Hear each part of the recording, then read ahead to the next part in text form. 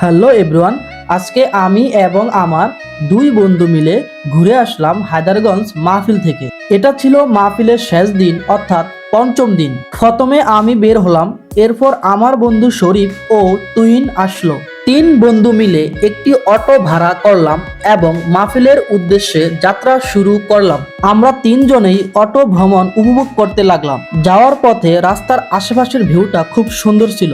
৪৫ মিনিটের সুন্দর একটি ভ্রমণের পর আমরা পৌঁছে গেলাম মাহফিলের প্রধান গেটের সামনে। আমরা সবাই প্রধান গেট দিয়ে প্রবেশ করলাম এবং সরাসরি চলে গেলাম মাহফিলের ময়দানে। মাহফিলে ঢুকতেই প্রথমে আমাদের চোখে পড়লো মানুষ মাগরিবের নামাজের প্রস্তুতি নিতেছে, যার জন্য মানুষ নামাজের উজু করতেছিল।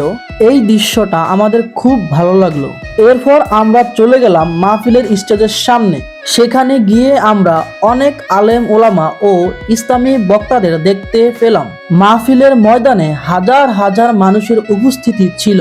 এত মানুষ একসাথে দেখে সত্যি মনটা ভরে গেল। ময়দানের ভিতরে একটি ইসলামী বইয়ের দোকান ছিল।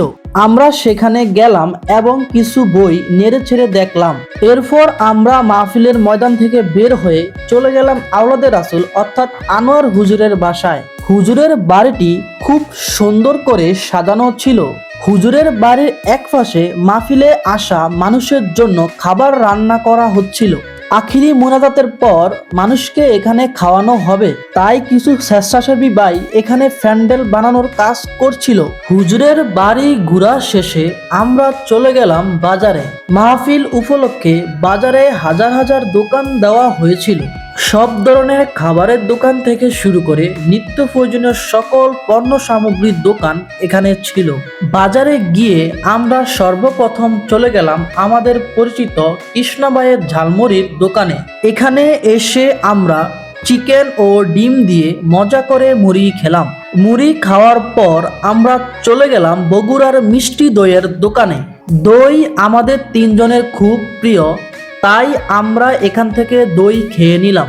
এরপর পাশেই দেখলাম এক ভাই বিভিন্ন রকমের পান বিক্রি করতেছে। শখের বসে আমি পান খাওয়ার সিদ্ধান্ত নিলাম। ভাইকে বললাম একটি আগুন পান দিতে।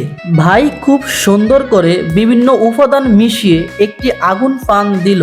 জীবনের এই প্রথম আমি পান খেলাম। খেতে আলহামদুলিল্লাহ খুব ভালো ছিল। আমার দেখা দেখি আমার বন্ধু শরীফও একটি আগুন পান খেলো। তারপর আমরা আচারের দোকান থেকে আচার এবং অন্য একটি দোকান থেকে নারকলি খেলাম। আচার ও নারকলি খেতে খেতে দেখলাম সন্ধ্যা ৭টা বেজে গেছে এবং আমাদের ঘোরাও শেষ হলো। আমরা চলে গেলাম বাজারের অটো স্ট্যান্ডে। সেখানে গিয়ে একটি অটো নিলাম এবং বাড়ির উদ্দেশ্যে যাত্রা শুরু করলাম। এখানেই শেষ হলো আমাদের আজকের ভ্রমণ। সবাই ভালো থাকবেন, সুস্থ থাকবেন। আল্লাহ হাফেজ।